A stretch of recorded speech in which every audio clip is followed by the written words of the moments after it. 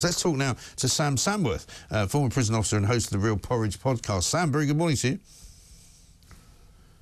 Mike, pleasure as always, mate. Good to see you. We may occasionally throw it up there if something happens. We've got a camera outside HMP Pentonville. So far, it looks pretty quiet. But the last time this happened, we had a camera outside HMP Brixton, and we saw all sorts of ludicrous, ridiculous kind of characters coming out. Some carrying bags, some not. Some, you know, embracing loved ones when they came out. Some looking very shifty. Some covering their faces. You know, a couple wearing masks. It was kind of like some kind of carry-on prisoners scenario. And then we saw later in the day from other prisons around the country, guys getting released into Lamborghinis, another guy getting released into a sort of a flood of champagne and fizz being popped. I mean, it's a mad policy, this, isn't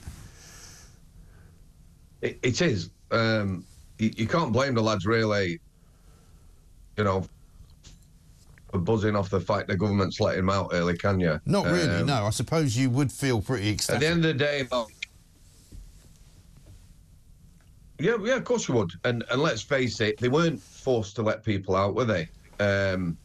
They manipulated the criminal justice system, 24-hour kangaroo courts to lock up people involved in the violent disorder stroke riots, allegedly. Yeah. Well, I mean, unfortunately, the sad end of that is that one 61-year-old man seems to have taken his own life while in prison, which is not supposed to be possible, is it? Well, it is, Mike, yeah. If someone, you know, wants to take their own life, sadly, then you're pretty powerless to stop them. If you are aware of the situation, you can put them, you know, sort of on a suicide watch or whatever. But there's no staff, there's not enough staff to, you know, if you've got a prison full of people or wanting to take their own life, it's just an impossible task, mate. Yeah. I mean, I think the prison, you're right, the prison crowding situation, they need more places. I'm still chuckling myself about the crime figures. You know, we can manipulate statistics to say anything, can't we? I think society is very dangerous at the minute. Yes. And the other thing is, doing this judicial review and everything else is all well and good, but I want to see judges tied down to doing their job. You know, you read cases where someone has, like, abused a child and they escape going to prison because the judge says there's no space for them. Yeah. You know, there's too much variation in the criminal justice system. We need firm guidelines, and certainly the way the country's going now, they definitely need more prison spaces. Yes. Well, the government have said they're going to build 14,000 more prison spaces, but that, in a way, isn't enough, as far as I'm concerned, because I think they need to build at least double what they have now. At the moment, 14,000 sounds a bit like about a fifth, right, 20% of what the current population of the prisons is. Have you any idea, Mike, over the length of this build period? Have they said over 3 years? I have a young puppy in the background. Right.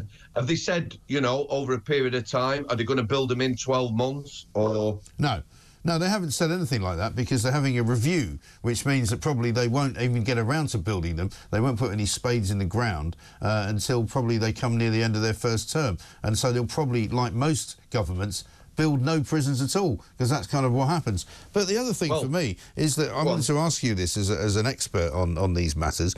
I'm told by people who've done time in prison that a lot of the reason why there's little space in prison is that they've done away with, in a lot of cases, 2 occupants in a cell, and a lot of occupants are only in a cell on their own. And if they went back to putting 2 in a cell, then suddenly there's double the amount of space.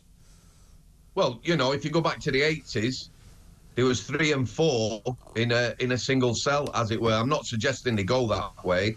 I'd chuck them and ram them all in there. Why not? Yeah, we have built prisons, you know, over the last 7 or 8 years, but we have lost capacity in some prisons as well.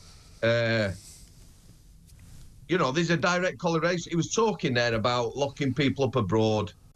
There is ideas out there way better than our system. Our system, I've told you, is only good at keeping the public safe by keeping people locked up. We're not doing anything with anyone.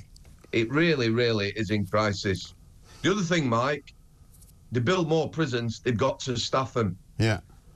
Nobody, I've not heard one person mention the staffing crisis, which is critical right now. So. Right. But presumably one of the problems with staffing the prisons is because they're in such bad shape, nobody wants to work there. If you built better prisons and more modern prisons and places where people actually wanted to go to work, you wouldn't have any problem hiring prison guards. I think it's a lot of things, isn't it? You know, we talk about it, the very violent places, strange ways. Where I worked, they just had a prison inspection a decade ago, possibly the best prison in the country, the inspector's report, Right. Safe place to work. I used to love working there. A decade on, just now, rat-infested drug den. Right. That's in a decade. Yeah. And that's awful, because prisons should not be drug dens. Prisons should not have drugs going in. They shouldn't be allowed to have drugs. Surely to God, you can police them well enough to stop the drugs coming in. No, you can't, Mike. The corruption has gone through the roof. Nobody's talking about that either. You know, right, this thing about building a new prison, all new staff, inexperience.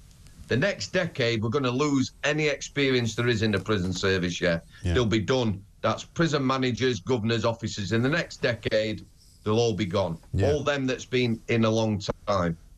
So the people who are experienced in prisoners are the prisoners. Right. But what about what they do elsewhere? I mean, we were just talking to John Rental there, who said we lock up more people than they do in Germany, we lock up more people than they do in the Netherlands. What do they do in those countries that's better than what we do?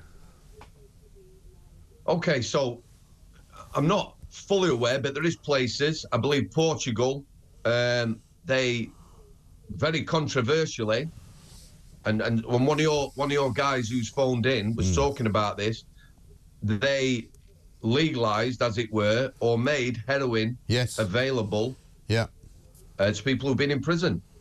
And although everyone was like sceptical, the actual crime came down. They brought down addiction rates and lots of other things, you know. There is models out there. Our prison system is just declining. There's no rehabilitation. You know, the government's talking about courses. If someone does a course, a drugs course, then they can get out earlier. Hold on a minute. Sign me up for that course. Yeah, right. And what do you make of... It's not going to make me... Sorry, go on. I was going to say, what do you make of this idea that more prisoners will be told that they can serve their sentence at home? I mean, you know. Right, I have said in the past on here, right, there's some people, who we shouldn't be sending to prison. We need to be doing something else. If you take all the addicts out of the system, but you need to do something with them. You are right. You sit them at home, somebody who's got a 3-month sentence on a tag, an addict, at some point they're going to break that. Yeah. And then you're going to be sending them to prison. We need to do something with them, something purposeful. Yeah. Yeah, absolutely right. Listen, great to talk to you, as ever, mate. Good man, Sam Samworth, former prison officer and host of the Real Porridge podcast. Worth a listen. Go check it out.